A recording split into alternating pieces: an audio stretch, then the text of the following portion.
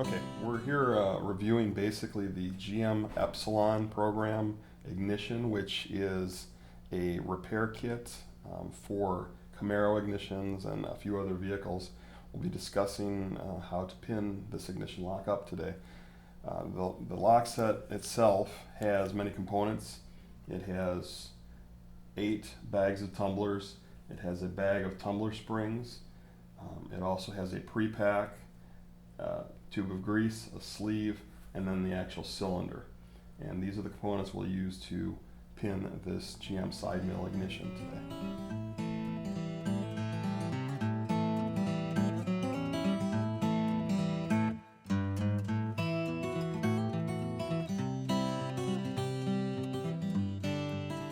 Now, what we've determined from an earlier slide is the key cuts, the actual key cuts on the blade.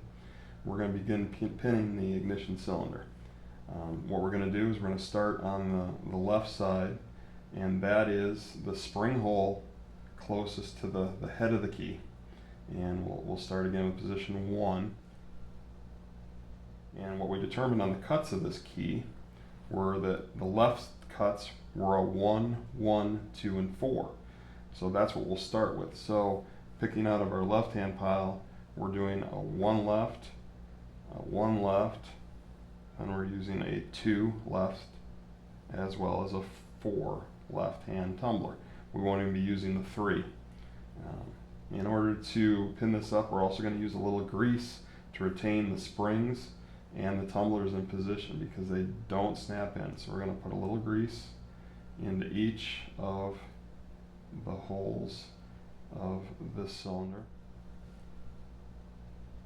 And what we're going to start with is a tumbler spring, and we put that tumbler spring, and again sometimes they get a little messy, but we're going to put it in the hole, and we're also going to put the 1L tumbler into position, and then the next one, another 1, is going into the next position. That's another 1L. And then the next tumbler is a 2L. And again, if you keep some semblance of order, it helps you get it correct.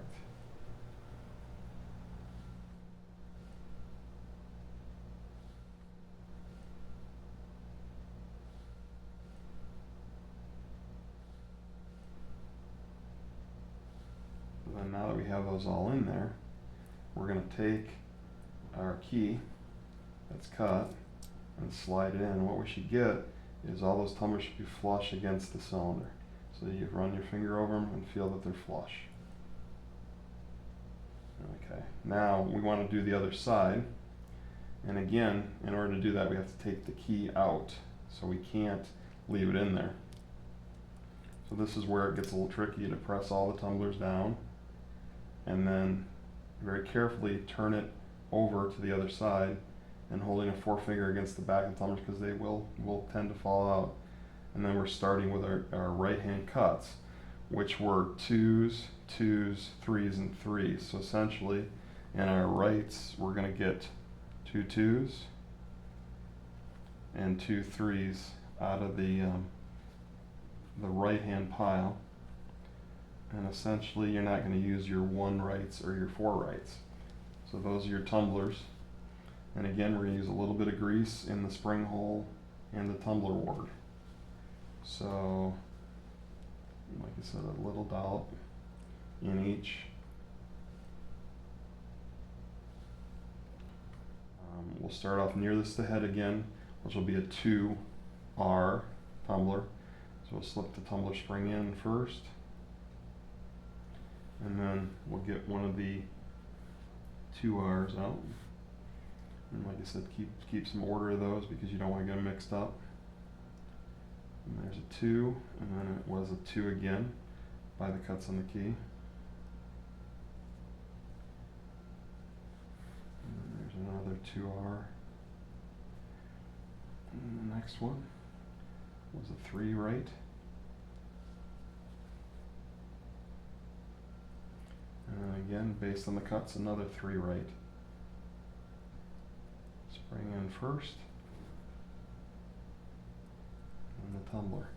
And like we did with the other side, now we're going to depress the tumblers on both sides